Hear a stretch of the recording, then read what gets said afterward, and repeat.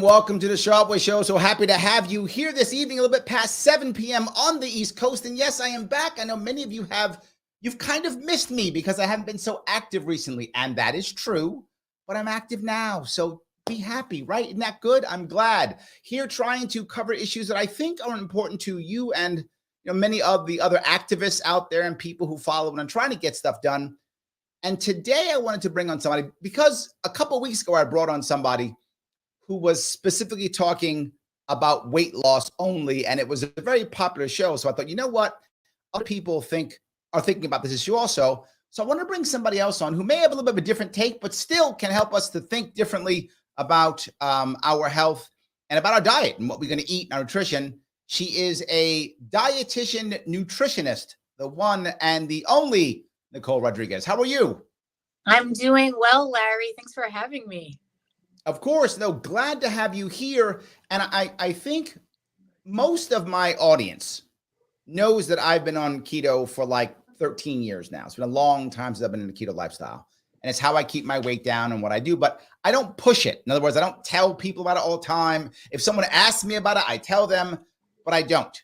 And one of the reasons is because I remember when veganism was first coming out, everybody who was a vegan had to tell me they were a vegan 17 times a day. And I was like, it's okay. I get it. You don't got to tell me 17 times a day.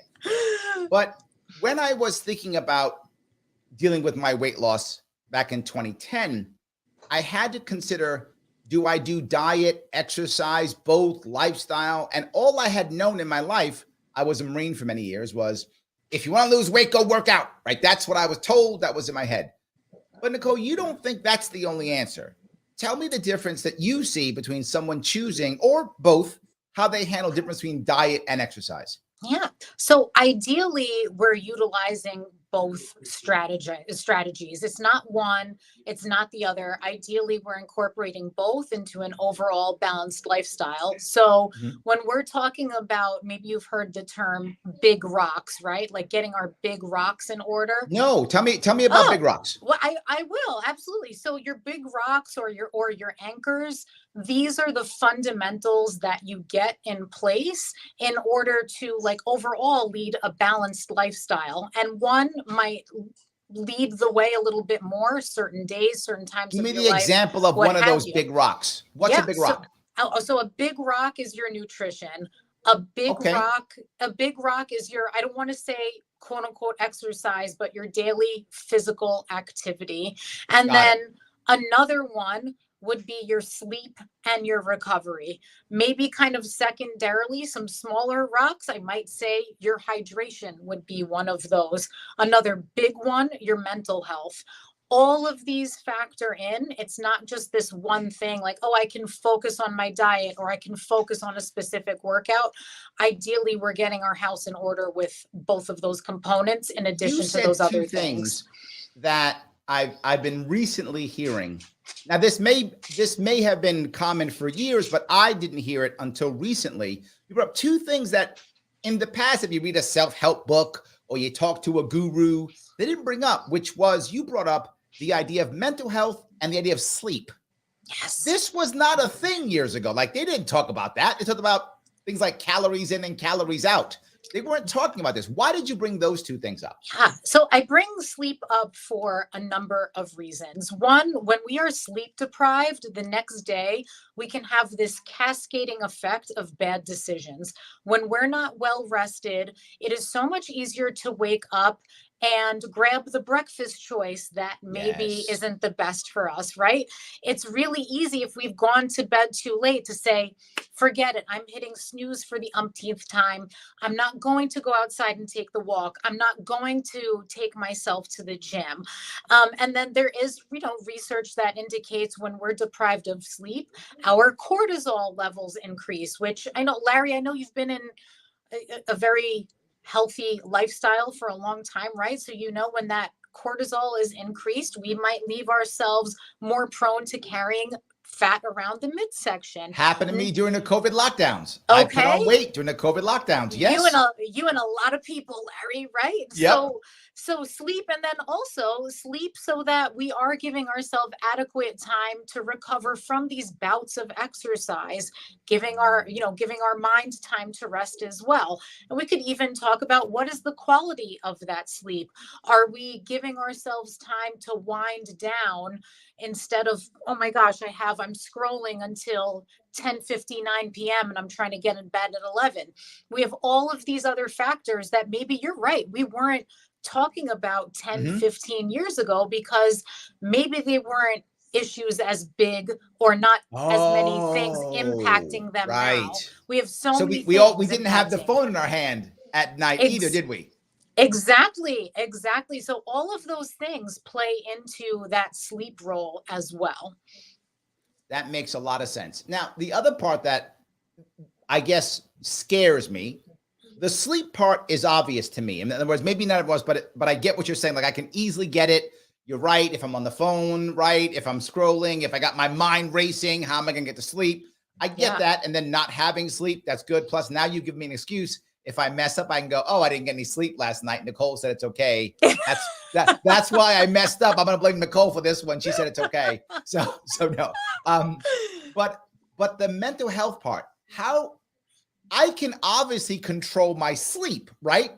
But how does one control their mental health if they don't even know if they have it's me, right? So I'm clearly biased. Obviously, I think my mental health's fine, even though it may not be fine. Right. So how do I handle the mental health aspect? I get to sleep. I mean, not that it's easy, but at least I can comprehend the sleep thing. How do I know if my mental health is on par for weight loss or for being healthy or anything? Yeah. And I think if you are questioning your mental state, and again, this is all highly personal, individualized, and case by case basis. Of course, as a dietitian, it's not within my scope of practice to tell someone that they need to see a mental health practitioner, right? That they need to talk to a therapist. But I do think hold on, Nicole, why not? In other words, if you see somebody, right? And I don't mean to be a nudge, but I'm seriously pushing back, right? If I'm working with you and you see I'm going, no, Nicole, I'm fine. I'm literally fine. Meanwhile, I'm eating a full pizza for lunch every day and a 2-liter of soda. I'm like, no, I'm good. I don't know why I'm gaining weight. I have no idea. Clearly, something's up. So maybe I think that's two different things. I think that's an issue, is someone at a stage of what we call readiness for change, right? So if you're still in a state perhaps of denial, then maybe you're not ready to make dietary change. And then maybe you're not ready to be working with a dietary professional, right? But I think in some of these other issues, can I gently suggest, like, hey, maybe I can tell someone this certain issue is not within my scope of practice. You might want to speak to a mental health practitioner, right? But I cannot outrightly say, you need to go to therapy. Hey, you know what? You need a therapist. That would not be I do that. I guess I can't be interested because I will do that. I will go, dude, you're in trouble. You get some help. Right. I can suggest, right? But again, like case by case, individual basis. Gotcha. So let me grab a couple quick questions, if you don't mind, real fast. Absolutely. Alexander says, as a nutritionist and health expert, can Nicole recommend a strategy for someone who drinks regularly, how to wean themselves off of alcohol? Absolutely. So there are a couple of different strategies here. First, I would love to refer everyone to a really great website. It's standarddrinks.org. Standarddrinks.org. Okay. Yes. And what it is a calculator that lets you know, if you think you're going to drink A, B, C, and D, how much alcohol am I actually consuming? Because something else, Larry, not to get entirely off subject, something else that we're dealing with in the food and beverage landscape that we didn't 10, 15 years ago are all of these ready to drink beverages, meaning cocktails that are in cans, hard seltzers, things of that nature. And the way they're presented, the way they are marketed, we're conditioned to believe that somehow this is a more moderate choice, when Yep. really there's no such thing as a moderate alcoholic beverage. There's only the practice of drinking in moderation. So I would really urge everybody to check that out. As You far brought up as, a point though, because if I could real fast, I'm sorry, I didn't yeah, mean to interrupt you, Nicole. no, go on but ahead. you walk down a road that I kind of want to touch a bit. We have two parallel problems in America. We have a bunch of broken men and a bunch of drunk women. Oh my God. Those two things we have in our Yes. country together. Men who are checking out and not going Yes. to work and sitting in front of screens all day, and women, and they're unhappy, and then women who are unhappy and are drinking themselves to death. Those two things are Yes. happening in our world. And I think part of, not the reason, obviously, but part of the reason that women are doing that is, to your point, it's easy to, it's cool to, it's tasty and fun to do it. So now it's even easier to drink yourself into oblivion. Yeah, and it's become part of quote unquote mommy culture. Like there are tumblers that, you know, some reference to like, you think this is coffee, there's wine in here. Like we've made it so socially acceptable and actually celebrated that culture that it's, you're right, it's no surprise that this is becoming a big issue, and of course exacerbated during those pandemic years, right? We definitely saw that. We saw that uptick. So we know that we have, you know, we know that we have some issues there. And as far as weaning off, we can look at that on a situational basis. Like if someone told me, how do I do that on a night out? How do I kind of moderate my intake? And step one is, before you're drinking alcohol, drink something non-alcoholic, preferably water or seltzer. Start with that. Don't go right for it. And then second, if you think you're going to have a second drink, make a deal with yourself. I'm having 2 more non-alcoholic beverages, again, preferably water or seltzer, before I'm going to give myself a chance to have that second alcoholic beverage, because it will give yourself a little bit of time to slow down, a little bit of time to sober up, and maybe be a little bit more clear-headed in that decision whether or not to imbibe further. As far as trying to wean down overall, like let's look at a month, Larry. Let's say, okay, this month I want to cut down.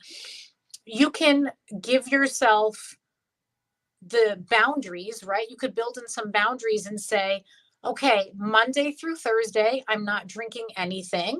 Ooh, and okay. then By the day you could do that. Right. By the day, Monday Okay. through Thursday, nothing. But if I'm looking at Friday, Saturday, Sunday, saying no more than 2 drinks, we can start to cut it down. Got it. I will say personally that I've gone stretches as long as 18 months without any alcohol at all. And something that has helped me, now that I'm occasionally socially having alcohol, I have a calendar out, and on days when I didn't drink, I'll write a yellow letter S, and on days that I did, I write the scarlet letter. Literally, I will write a red letter A, just as sort of a way to be honest with myself. Well, let me ask you, Nicole, 2 parts on that. I'm gonna dive on this a little bit, because I know a lot of people enjoy alcohol. So do you think you can be healthy and still imbibe? Or do you have to be so forward as you are by saying, nope, I have to have bricks that say X, Y, and Z, and one's got to be a big rock, one's got to be a small rock? What do you think? Yeah. So we know that there are no actual benefits to consuming alcohol, that anything that's related to heart health, it's not really necessary, right? Like we can get resveratrol. But it is a social lubricant, which makes us feel good. Yes, that is true. But if we're talking about pure physical health, we know that that it doesn't serve a role. What we do also know is that we do have guidelines in place to set some of these boundaries, and we know that what is considered standard, or what's considered kind of that upper limit, would be 2 standard drinks a day for men and 1 standard drink a day for women. So now, one thing though, there is a thought process, and Joe brings this up, and I know people say this, what about the health benefits of wine? everyone talks about. I've heard this. I'm sure you've heard this. Yeah. That a glass of, I think if I remember the thing I've heard. Now, again, I don't know studies at all. I'm telling you what I've heard. So who knows if I'm right or not. But I remember hearing that a glass of red wine every day is good for you. Is that true? Is Joe right? Did I hear the right thing? Right. So a couple of things there. One, when we're talking about red wine, again, we're talking about that resveratrol, right? We're talking about the antioxidant specific in that wine. Is that the only place to get resveratrol? No. Is that the only place to get antioxidants? No. Secondarily, a lot of the, I don't want to call it a myth, but a lot of the health benefits, or what we think are the health benefits of red wine, are linked more strongly to the cultures in which they're enjoying wine, right? So we think a glass of wine. I see. Italy, France, Spain, but are they eating and living a lifestyle like ours? Not so much. We're talking about a different dietary pattern. We're talking about, in many cases, a much more relaxed lifestyle. We're talking about really like a more joyful attitude towards life, right? Let's be honest. Let's look at that vacation time. Let's look at the environment and all of those wonderful things. It's not just about the wine, it's about the lifestyle as well. Understood. Okay, so what you're saying is that you do get some, maybe perhaps social benefit, but there's no physical benefits from alcohol. Right. But you can be healthy as long as you're moderate in your alcohol drinking. Did I get that right? I think that's very fair. And again, that website, standarddrinks.org, gives you a real look at like what's actually a standard drink. Is it a bottle of wine? No, it's 5 ounces, right? Is it a 6-pack? No, it's 12 ounces of beer at 5% alcohol volume. So just keeping some of that in mind and being honest with ourselves, even though we might not always want to, can be helpful in gauging our intake as well. There we go. Missy says a glass of wine was beneficial to my mental health sometimes. I think she's correct. Yes. I hear that too. 100%, absolutely. Missy. So Joel says, Larry, where are these drunk women? Well, to be forward, many of them, this is true. Many of them are actually single moms. That is actually a statistically, right? Obviously not every single mom drinks, clearly, but by statistics, they are single moms, and most of them are actually stuck in the suburbs. I will say that, again, going back to that mommy culture, I live in a beach community, and I will tell you, it's just so normalized and so prevalent. So yeah, if you want to come down to Long Beach, New York, I'm sure you'll find plenty of them, and in the surrounding towns as well. Absolutely. So let me do, if I could, a little bit of admin real fast, if I could. Guys, if you're liking what you're seeing, please click this like button. If you're listening to the podcast, that's okay. Like anyway, do it anyway. If you happen to be watching on YouTube, please, you can also super chat to get your comment to the front. If you are watching on Twitter, please retweet this right now. It's important you retweet this right now if you can, so that other people can see it. But also, if you want to follow Nicole, in the description in both Facebook and on YouTube, you can see her Twitter account and also her website. But if you want to follow her on Instagram, there she is right there, notoriously.nicole.rd. Check her out on Instagram. She's very active there. So she's showing you some love, show her some love, and follow her too in response. It really does matter tremendously. I want to move on, if I could, Nicole, to the idea of calories versus food type. What I mean by that is there are a lot of people who will tell you, and I've heard more than once, all these diets are stupid. If you just burn off what you eat, you get skinny, and it's calories in, calories out. So just work out and you'll be fine. I hear that all the time. But now, as with the internet and so many YouTubers out there, you start hearing so many other things like, no, this is the food. You've got to go plant-based only. You got to go keto. You got to go carnivore. The type of food you eat becomes more critical. Help me to understand how much of that is true, isn't true. Should I only care about calories? Or some people say calories don't matter at all. Yeah. So I think it depends on if are we talking about fat loss and then umbrella, kind of as an umbrella there, are we talking about short-term fat loss? Are we talking about long-term sustainable fat loss? Or are we having a conversation about longevity and your health for a lifetime? So the truth is, yes, if you're in a caloric deficit, will you likely lose weight? Yes, you should, barring that there's not a hormonal issue going on or Mhm. some other kind of component that we don't know about, given that you're otherwise healthy. Yes, you should lose weight. Now, are there healthier ways to do that than others? Like, absolutely healthier Well, ways that hold on. won't. I heard something that really stuck with me. I forgot who it was. It was some YouTuber I was watching at one point. He said, if I remember it right, see if I can get it right. You'll probably remember it. Um, you don't want to lose weight to get healthy. You want to get healthy to lose weight. And when I I would agree heard with that, that. that really made sense to me. Like, oh yeah, I should be trying to have a healthy lifestyle. And if I do that, then I'll lose weight versus focusing on the weight loss. Is that what you're talking Yes. about? Yes, I love that so much because it really forces you to look at what?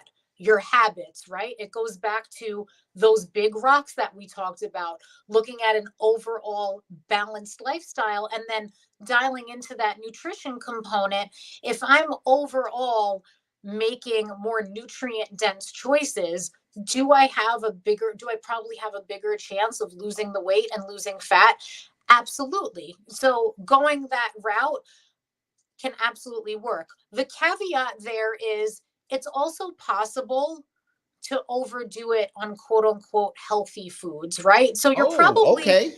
you're probably not going to overdo it on your fruits and vegetables. Unfortunately, no one's really doing that in this country. Okay. We're probably not going to overdo it there, but sometimes So our we problem is not overeating broccoli. That's not our problem no, here. that's not happening in America. I'm not sure if you've noticed, but yeah, that's not what we're up against. Okay. But let's take a look at some other nutrient dense foods. And I know also this plant-based craze, which we can get into. I know this kind of like colors this picture and has an influence. So I'll just give you an example. Like, let's look at something like quinoa, or let's look at something Mhm. like nuts. Like, nuts, of course, are they healthy? Do we want to get in those DHEAs? Do we want those healthy fats? Do we want the fiber? Absolutely.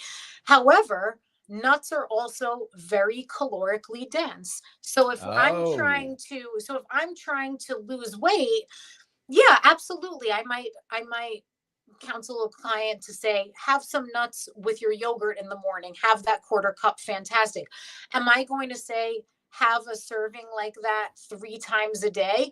Not if we're trying to fit other things in that are going to get you to your goal. So I think like getting into the habit of nutrient density is great for the long term, but at the end of the day, the quantity still does matter as well for the long term if you need to lose weight. If you're in maintenance or if you need to gain weight, it becomes a different conversation. so it's funny that I brought this up because Rhetoric brought up. He says, "Yes, Larry, I'm curious about calories in, calories out too." I always hear that, and I was worried about that. I've heard the saying, if I get it right, you want to be in caloric deficit in whatever you're doing, and that's how you begin to lose weight. Right. But again, I like the idea of I want to start thinking healthy before I worry about losing weight, and then that should come from it. But Rhetoric goes on though, and he goes to say 2,000 calories of McDonald's versus 2,000 calories of vegetables and organic fish. Speaking of that, Nicole actually just did a 30-day McDonald's challenge. Rhetoric, it's like she's Oh your my ringer. goodness. Did you pay him to say this, I'm Nicole? wondering. I don't think I know this gentleman, but I'm so glad that he brought it up. So tell us about it, Nicole. How did that work? Yeah, so I'll give you just a little bit of backstory. A few months ago, a reporter came to me asking, I want you to weigh in. How bad is it really to eat fast food every day?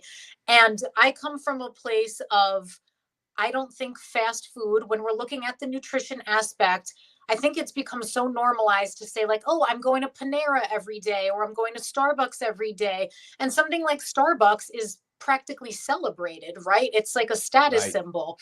Whereas, you could be having like 56 grams of sugar in whatever you're ordering from Starbucks. So my answer was, as long as it's part of an overall balanced diet for the rest of your day, I think theoretically you could literally fit it in every day and go on with your life. So what I did, I said, you know what? I heard there's this guy, he's lost 100 pounds eating McDonald's every day, but he was doing breakfast, lunch, and dinner. So what I did is Wow. I had a lipid panel drawn, and then I set a budget of $5 for myself Hold every on. day. You have to tell my audience what a lipid panel is. No, absolutely. So I went to have my cholesterol and Mhm. triglyceride levels checked. And then I went about this challenge for 30 days, which was so much fun with my patients, with my clients, with my Instagram family, as I call them. And I unlocked all sorts of different McDonald's hacks and what was good, what wasn't. But I did set a monetary budget, which obviously helped me set a caloric budget as well. Yep. And would you believe I then had my lipid panel drawn after the 30 days, and my cholesterol levels actually improved, which is kind of crazy, right? Without my only other real change was that I might have been walking a little bit more because it's nicer in the Northeast the past Mm. 6 weeks or so. But other than that, and what was my lipid panel to begin with? Fantastic, sure. But even so, dropped even further. So I think another aspect we kind of forget is it can be really beneficial for fat loss and for just sustainable health in the long run, not to always be white knuckling it through the day, trying to be so Got quote it. unquote healthy or nutrient dense.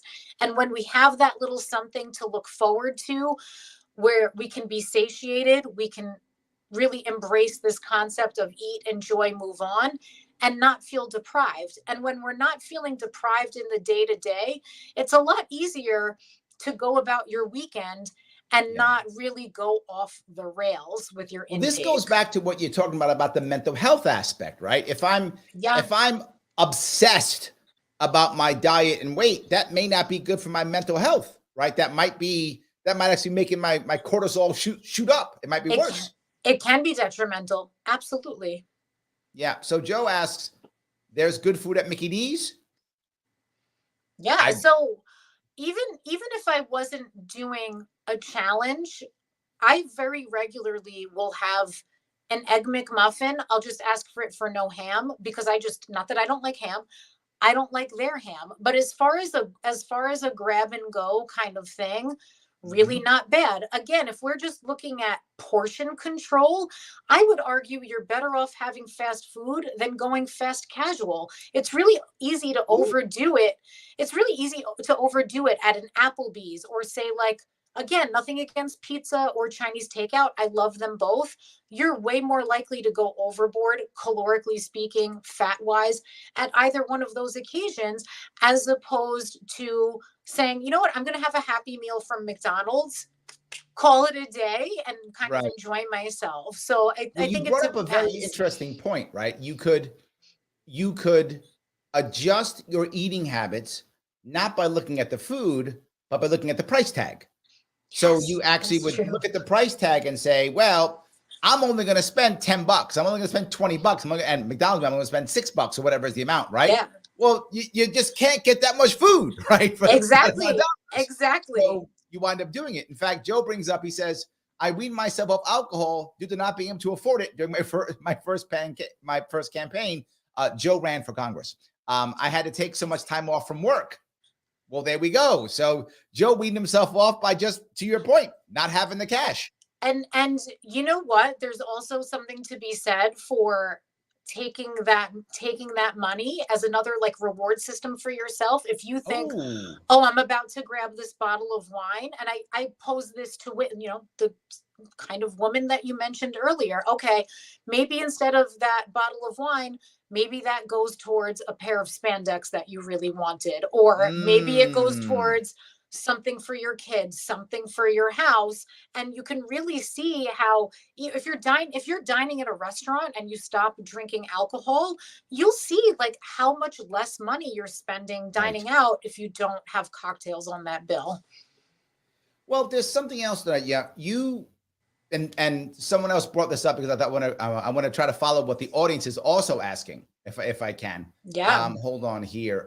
This is I got to grab her real fast if I could, not physically grab her. I mean, if she wanted me to consensually, but I won't grab her without her consent.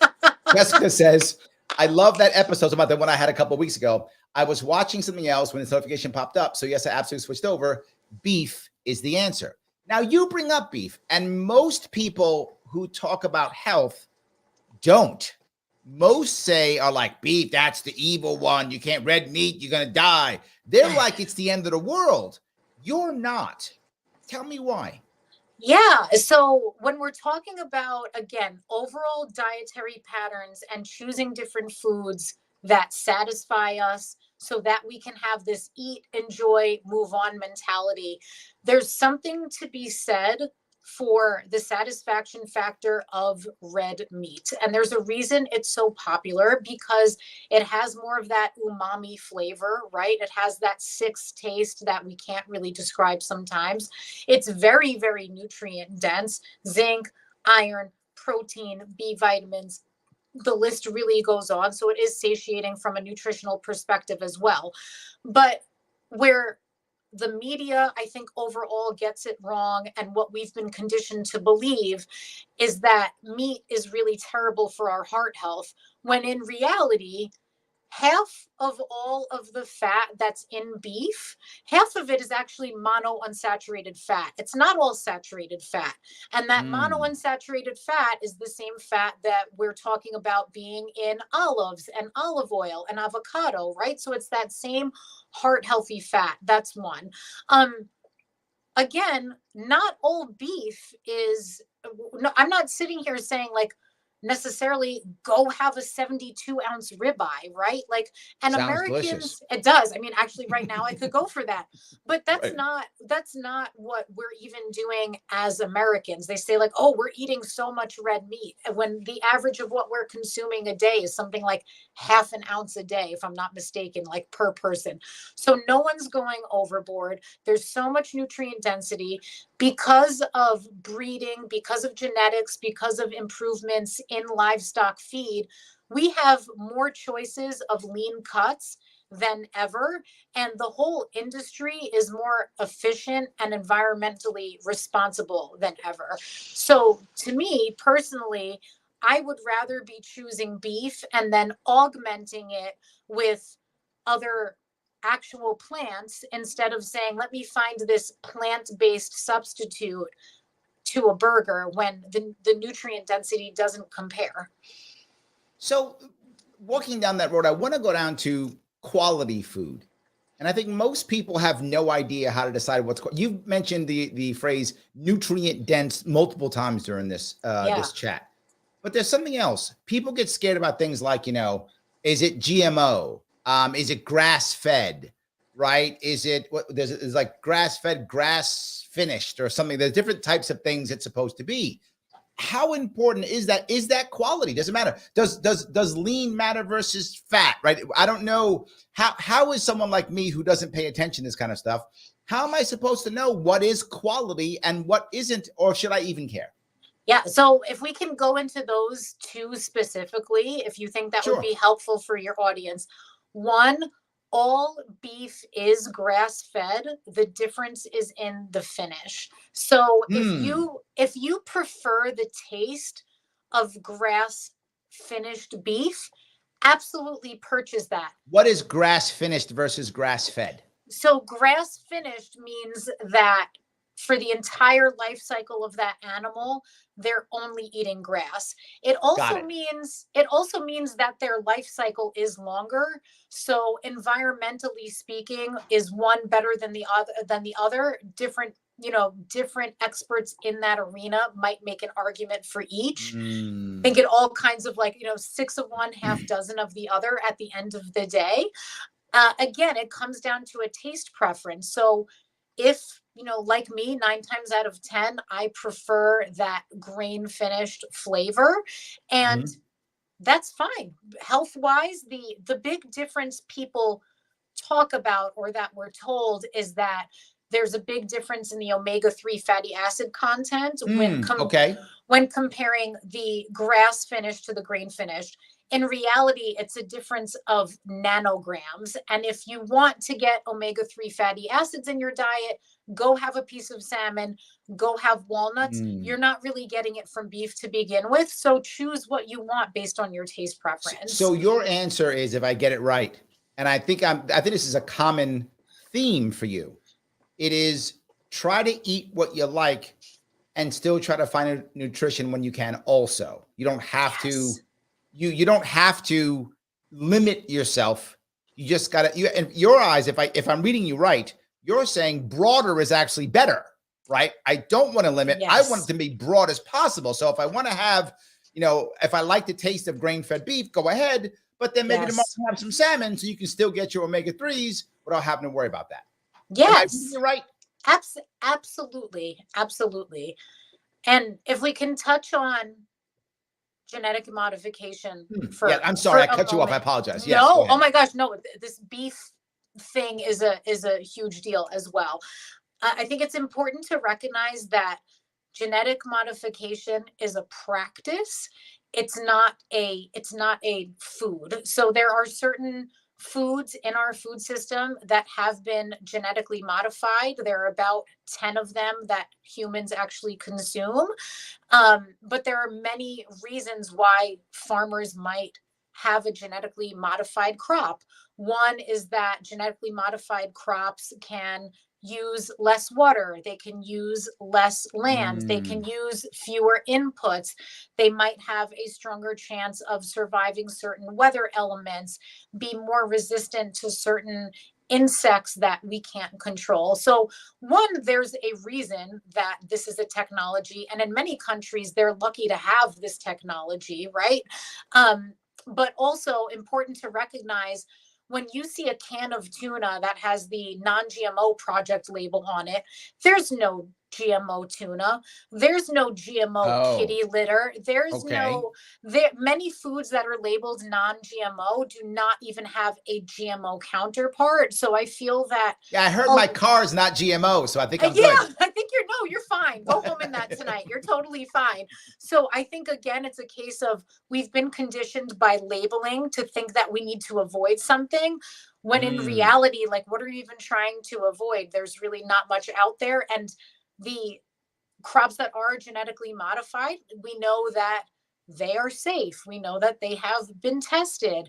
And for some of them, they've made that food tastier or last longer. So there's reasons.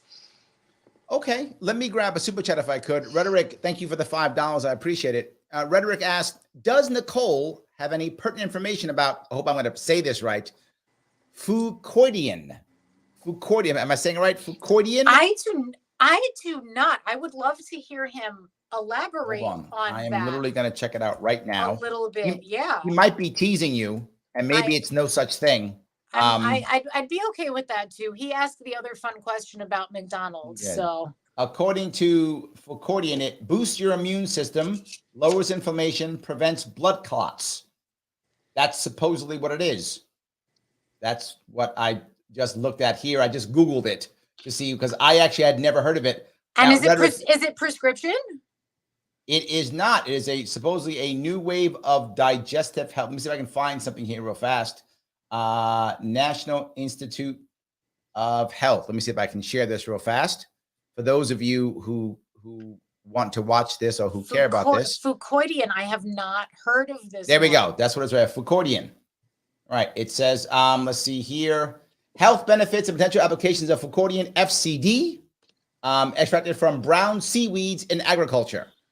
Okay. So if we're talking about seaweeds and things of that nature, in general, you do see more of that kind of like out and about. Supplementally, do we know? Probably not a lot just yet, but there is some evidence that things like sea kelp can be beneficial. There are a lot of trace minerals in them.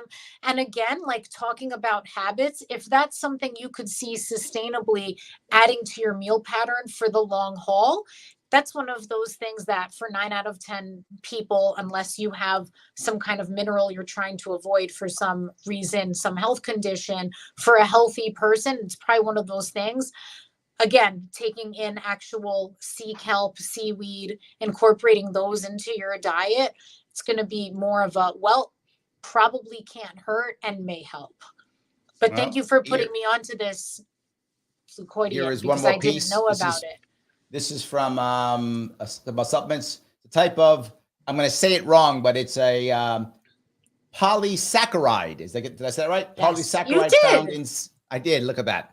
Polysaccharide found in seaweeds that has been researched for its anti-cancer effects. That's what it is. So there we go. Maybe it's good, Roderick. Maybe you found something cool in the one I was new about. Look at you go. Yeah, maybe you just eat the seaweed though. Maybe you just eat the seaweed. Because that could be really, that could honestly be really tasty and fun. And talking about salmon, like salmon, seaweed, a little bit of rice, some pickled vegetables, like you are, wow. Like talk about a nutrient dense meal right there. My chat is very smart, by the way, in case you hadn't noticed. I have noticed. I'm loving this chat group. I love it. So the next thing I'm going to bring up, if I could, which is similar, I think, which is the idea of, and you see this constantly, it's kind of a battle. People are saying, you shouldn't talk about my weight because you can be healthy at any weight. And my worry is, are we going too far with that or not? Actually, I don't know this, but it's a concern I have. If there's someone who is very, clearly not everyone has to be as skinny as a model, right? Clearly that's true, obviously. And clearly being overweight for the average person is very much subjective, right? Yes. Whether someone is a heavier weight or not. But at one point, everyone will go, this person's overweight, right? At one point, everyone would agree the person's overweight. The question is, if that person's my loved one, should I care, right? Or does it matter, right? If a person is someone on the street, I shouldn't care. It's not, do you. But if it's someone that I love, wife, sister, husband, brother, and I care about that person, should I be trying to step in and say, look, your weight's a health issue. I love you. I care about you. Does it matter? Or can someone be healthy at any weight? So I do believe there is sort of a cutoff point of that, right? So if someone is feeling like they cannot, it's like, how do we define healthy, right? So, okay, healthy, your blood work checks out okay, right? Your lipid panel's great. Are you sleeping? Are you active? Are you feeling energetic? I think there comes a point into obesity where you can't honestly say, oh, I feel 100%. And where even as little as a 5% weight loss, let's just talk about your joints. Let's talk about the burden that extra weight can put on your joints. There does come a point where you have to be honest with yourself and say, maybe I could feel better. And maybe it's just this little bit and I could take some of this stress off of our joints. When it comes to addressing that with loved ones, someone put this to me in a client session talking about a family member. And she said, you know what? I know she has a mirror. I don't need to tell her. And I think there can be times when if someone feels like there's too much pressure being put on them, they'll be even more resistant to making that lifestyle change. So that's my worry. You mentioned it, right? She said, she has a mirror. And it isn't, our society, I think, has confused two things. And you must deal with this on a daily basis. The idea that someone says, I don't look good. That's not what I'm talking about. You can fall in love with somebody who's heavy, who's thin. Sure. I'm still going to love my family member, whether they're heavy or not. It's not going to make me not love them anymore. I'm still going to love them. Sure. I'm looking at it, and I think our society has done a very bad job of this, in my opinion, is we link overweight and fat to looks versus health. In my ideas, I don't care how you look if I love you. I care you're around because I love you, right? I want you to be here. right? Yes. If you're heavy, I don't care. Just be happy and be here. I'm good. And I feel like as a society, maybe I'm going too down a deep rabbit hole here, but I feel Not as at a all. society, we have failed terribly at this. And we focused only on the look and not on the health. Am I off here? We've failed, and that's why we have this multi-billion-dollar diet industry full of quick fixes, right? So, is it human nature to care about how we look?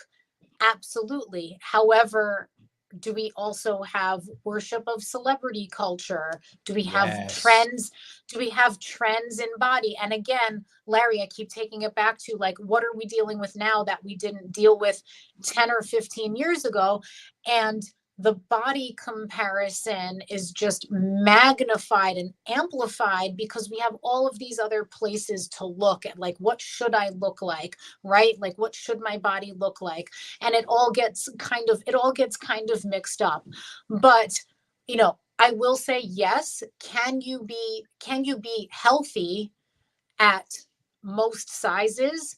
Sure. But I cannot in good faith sit here and say you can be more morbidly obese and healthy, because in and of itself, morbid obesity is just not healthy. If you're at a point where you can't move, can we call that healthy? If you can't get up and move without me hearing you breathing from across the room, is that healthy? I'm sorry. I'm going to say probably not. I don't think that fits the definition of health, because again, back to those big rocks, being able to move your body. If you can't do that, then health is compromised. I just wish that we would spend, like, I guess I got a little bit triggered by your friend saying mirror, right? Because I've had people who are heavy in my life, and I've never gone to them and go, look at yourself or anything like that. Yeah. I've always said what I actually cared about, which is, I don't want you to die when you're 50. Yeah. Yeah. Right? That's what I've said. I don't want you to die when you're 50. I don't care if you're big or small or eating a lot, or just don't die at 50. I'd like you to die at like 90. That'd be better. Do that. Right? So that's how I've always approached it. And I feel I'm the oddball here. It's very rare that people approach it that way. I think the point is that if someone quote unquote needs to lose weight, they're probably already well aware of it. And they don't, it's not so much like, look at yourself in the mirror. It's like, okay, that person probably already has that awareness. We on the outside don't need to shed a light on it, even from a place of concern, because at the end of the day, that's really their personal choice, right? I don't know. It can be tough to watch. Maybe I shouldn't be on this one, but I do feel like if someone is suffering, and if someone's overweight, heavily overweight, not like you got 10, 20 pounds on you, that's not suffering. You got 100 pounds on you, 200 pounds on you, you're suffering. Yeah. And I feel like, and Nicole, you have a lot more experience with this, so my feelings may be completely wrong on this, but I'm just saying, I feel like that person would rather someone say, I'm not mad at you. I'm not upset at you. I'm not ashamed of you. The reverse. I want to be around you. I adore you. And I care about your health. Let me help you to get healthier. I feel like that would help. And if more of us would do that, I think more people, I mean, clearly that's not going to solve all the problems, obviously, but I feel like more people will be open, because now if I recommend somebody to you, right, that person goes, oh, Larry did it out of love, not Larry thinks I'm fat, right? Yeah. And they're more apt to listen to you. They're more apt to go, okay, let me listen to what Nicole says, versus Larry's just a jerk. Right? I think it also depends, though, taking it back to the first part of this conversation. Is that person at that stage of readiness for change? Because if internally they're not there, it will still, no matter if it's coming, whatever place it's coming from, it could be that place of love and concern. If they're not personally at that stage of readiness for change, then it will still fall on deaf ears. So let me it's tough. It's really tough. Yes. Oh my God. Yes. I'm totally aware of it. Yes. And I've been there personally, so I get it. Let me grab some more comments here. Scott says, obesity is induced by magnesium deficiency, Low dietary magnesium causes higher appetite along with lower cortisol levels, and cortisol causes weight gain. What do you think about the magnesium part of what Scott says, Nicole? Is he onto something, or is he kind of? So I think magnesium deficiency is um, an issue in the U.S. population. Absolutely. Is it the only cause of obesity? I think that's a little bit of a stretch, but it can definitely be a factor. So something to consider just in general might be magnesium in your diet. Something else to consider is potassium in your diet. We tend to have that potassium sodium intake out of balance, right? Way too much sodium, not enough potassium in our diets. And do some of those minerals play a role? Absolutely. What can we take that back to? We've heard it time and again. A diet that's overall balanced with lean protein and fresh produce and things like beans and things like whole grains. And if we took it back there in a way that's culturally relevant to individual needs, we'd overall be in a much better place. So I do agree with that bit. I have a bunch of people asking the same question. So do you recommend supplements? I know a lot of people will say yes, some will go no, get it all out of your food. Some will say this one's good, this one's bad. Do you have any recommendation for supplements? On a case by case basis, yes. I will tell you that what most people I encounter are deficient in is vitamin D, but that's something that their doctor will tell them and then recommend or prescribe. As far as like an active weightlifting population, whey protein, creatine, if you can tolerate it, and then everything else would be really individualized. I will say that many of my patients personally do take a magnesium supplement in the evening to help with Scott's day. You have just made Scott's day. Yeah, yes. And I take one nightly, full disclosure. You know, you don't have to do what I do. I'm just saying from a personal perspective, I take a magnesium supplement every evening.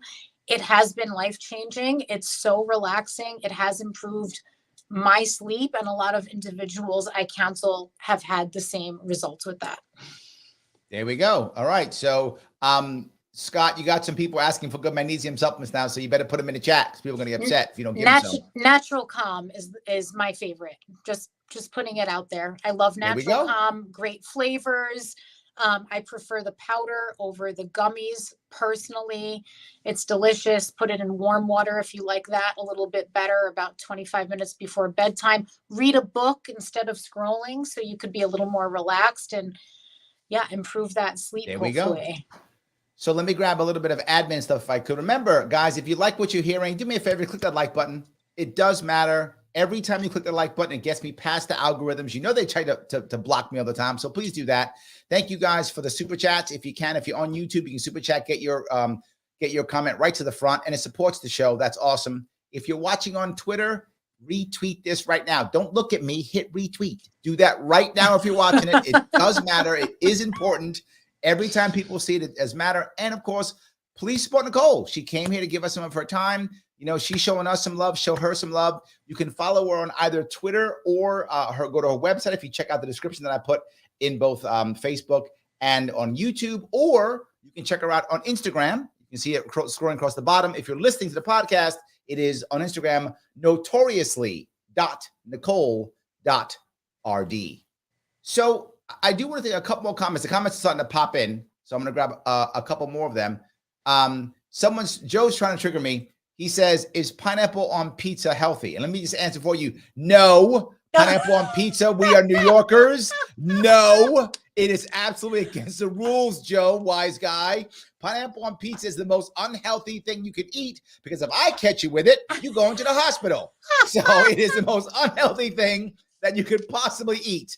Do not have pineapple on pizza. So very unhealthy. Do not eat that. I'm on Larry's show. I'm going to have to agree. I'm going to have to agree then. There we go.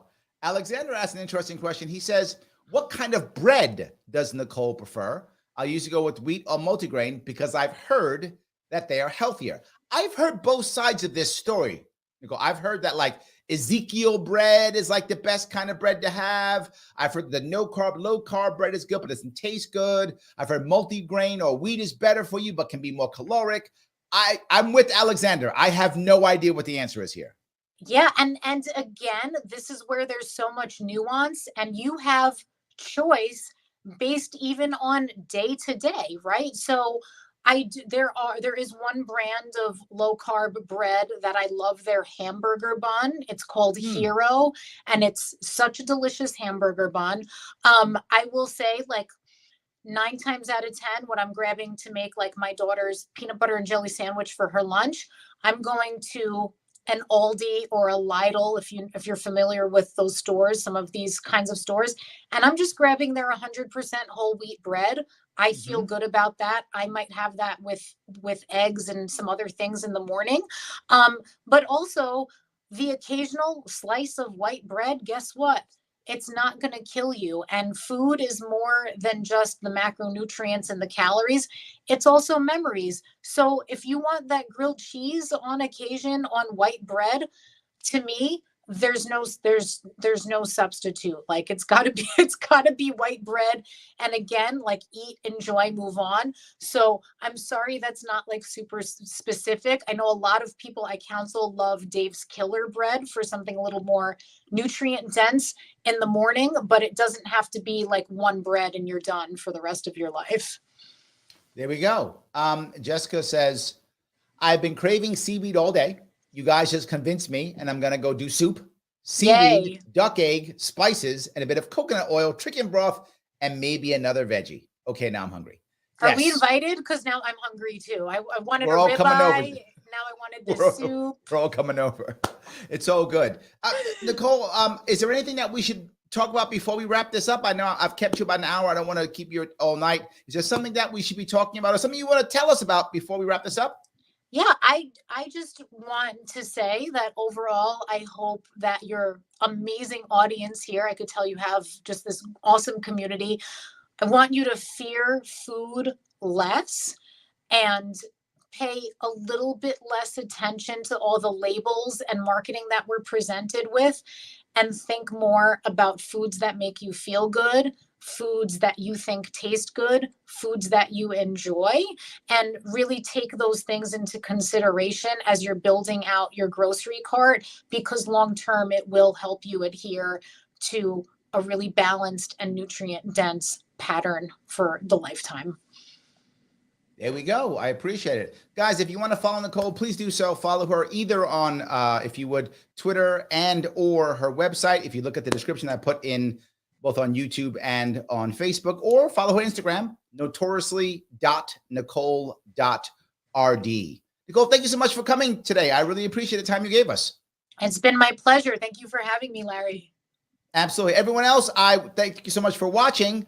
I will be on again tomorrow. So yes, you'll see me tomorrow again at 7 p.m. I will see you all very soon.